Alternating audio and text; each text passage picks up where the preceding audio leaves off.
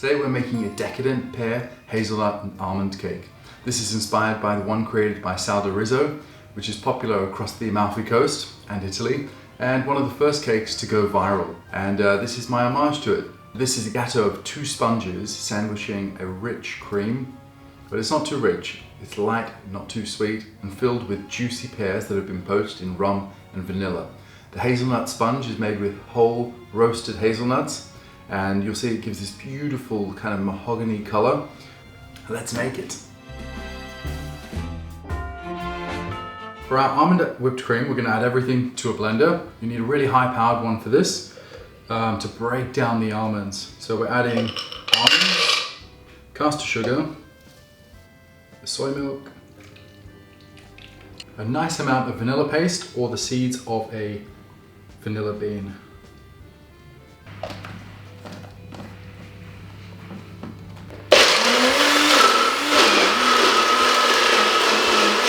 As we blended our mixture, it will heat up to about 60 degrees Celsius. We want it to have a super creamy and luscious texture, somewhat resembling a mayonnaise.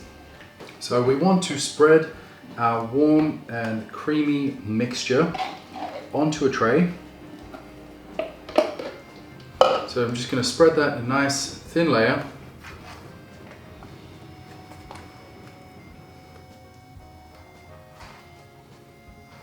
Now we just want to place a layer of plastic wrap or cling film on top, press it down into the surface so we don't get a skin forming, and then we'll place this in the fridge. This is best done the day before because it needs to chill for at least 4 to 6 hours until it's really cold, 5 degrees Celsius.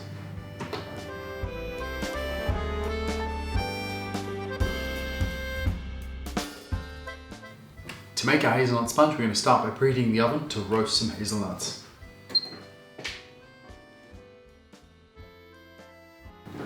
So just spreading our nuts onto a tray. I'm going to roast them starting at 15 minutes. We want them to be nice and golden inside. If you're roasting hazelnuts with the skin on, you'll notice that when they're roasted, the skin usually pops off quite easily. And when you crack open a nut, it will be nice and golden inside. We're going to let these cool to room temperature first. Now turn up the oven to 180 degrees while the nuts cool, and we'll line our springform tin by popping out the bottom, releasing the latch, placing our parchment paper on top, and then pulling the lever again. Our nuts have cooled, and you can choose to remove the skins just by rubbing the nuts together, and then I don't mind a bit of skin in the sponge. It's extra fiber. You'll notice that there is no added fat to this recipe because we're going to use all the fat that's naturally present in the nuts, and the fat from the nuts is going to come out as we blend it with the flour.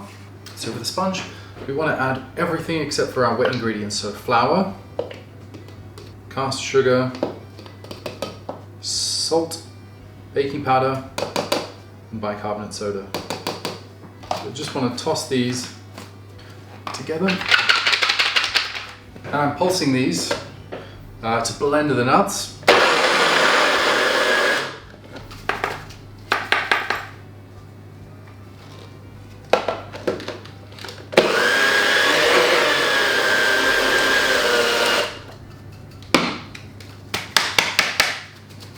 And you can see it's clumped together. What that means is the oils are now coating the flour.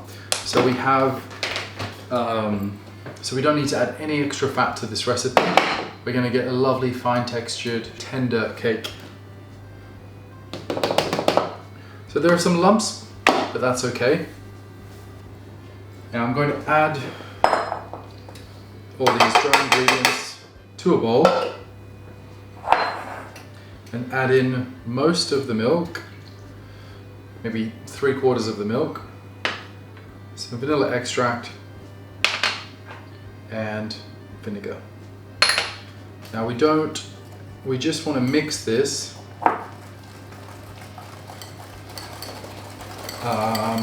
with not all the milk because we want a thick paste to break down any lumps.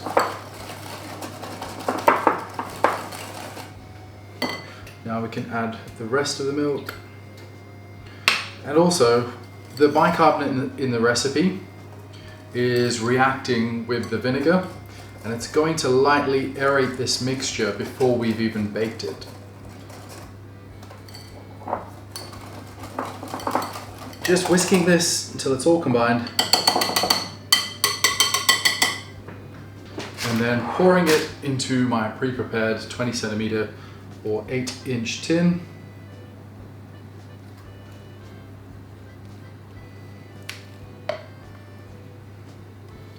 Smells so good, so hazelnutty.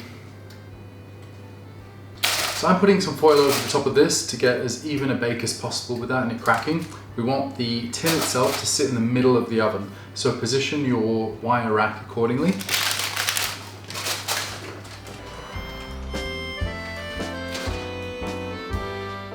After 40 minutes, we're going to remove the foil. The sponge should be nicely domed, and we're just going to leave it in for about 3 or 4 minutes extra to get some color on the top.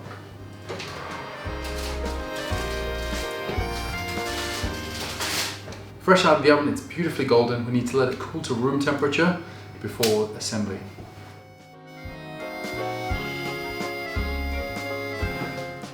So folded into the cream are poached pears. I love poached pears. I love the texture they give. Here we're going to be macerating them in vanilla and rum, which is just like has got to be one of the greatest combinations ever created. So I'm just chopping the tops and bottoms off these conference pears. They're nice and firm. And I'm going to peel them.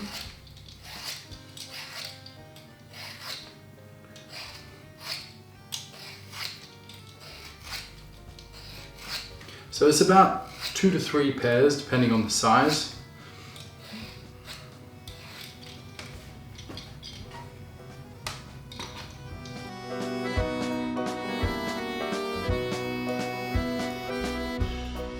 To do this ahead of the sponge, I recommend blending the peels with the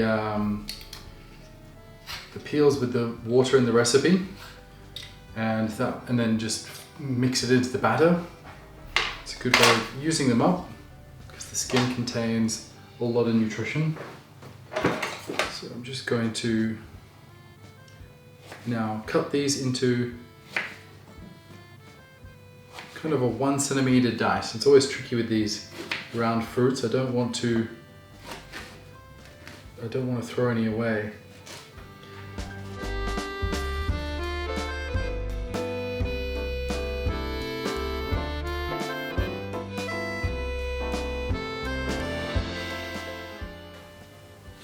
So it's important that the pear is cut. It's important that you cut the pear in nice evenly sized pieces so they all cook at the same rate and they're all at the same level of doneness. So I've got my pears, which I'm going to put into my pan along with caster sugar, rum, and vanilla. So I'm using vanilla paste and a little bit of water, and we're just going to toss these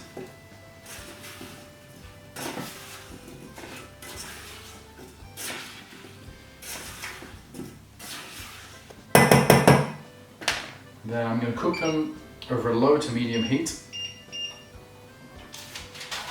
with a piece of paper pressed down just to help steam the pears. We're just going to let them gently poach until they're super soft and tender.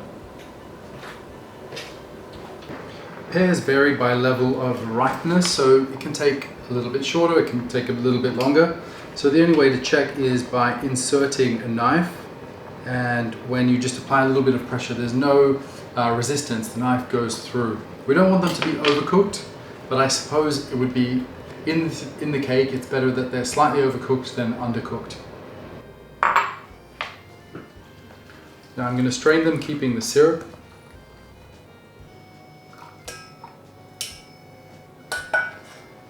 And let them cool.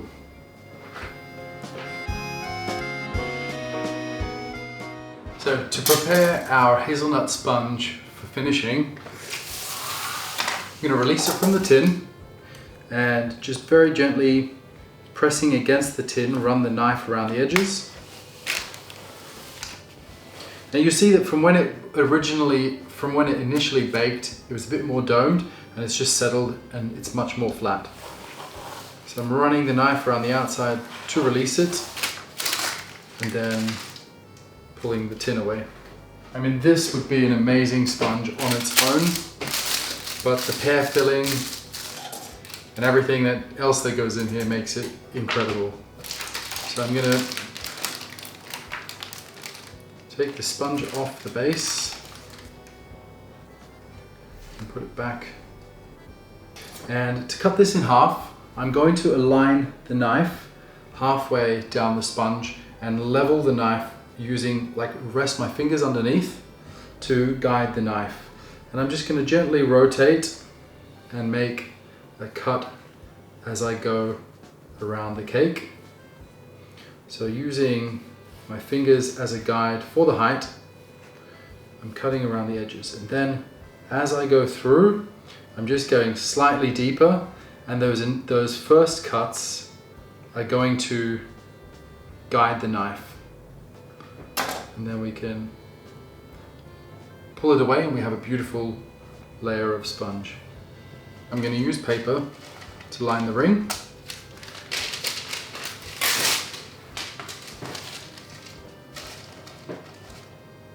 Just transfer the base piece of sponge. So just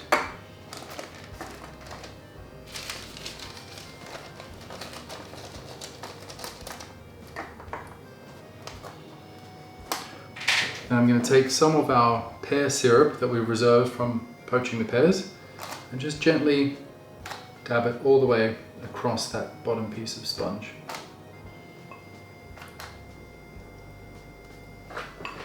This is just another way of infusing more flavour into the sponge.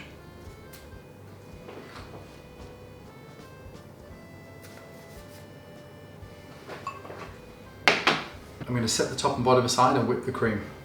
The cream has quite a set texture out of the fridge, so it's going to look like it's not going to take a lot. We just want to put it into the bowl of an electric mixer and with a whisk attachment and whip it up.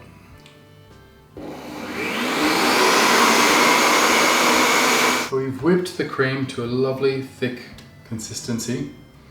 We're going to add our poached pears that have been drained and chilled. I'm just going to fold all of those together. Nice big chunks of juicy pear. And then I'm going to just put all of it in the middle of the cake.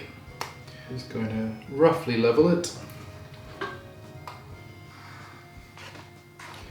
Nice and level.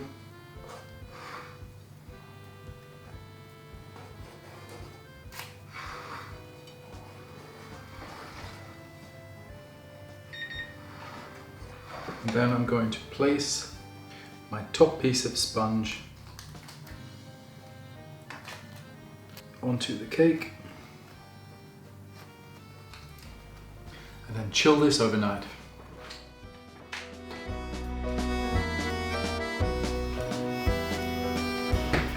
To finish the cake, we just need to release our ring. So again, you don't need to use the paper, but I just find it so much easier and neater. Peel away the paper,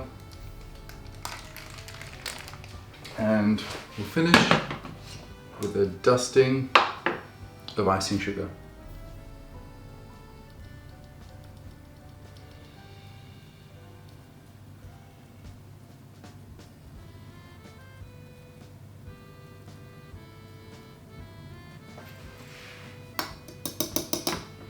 There we go.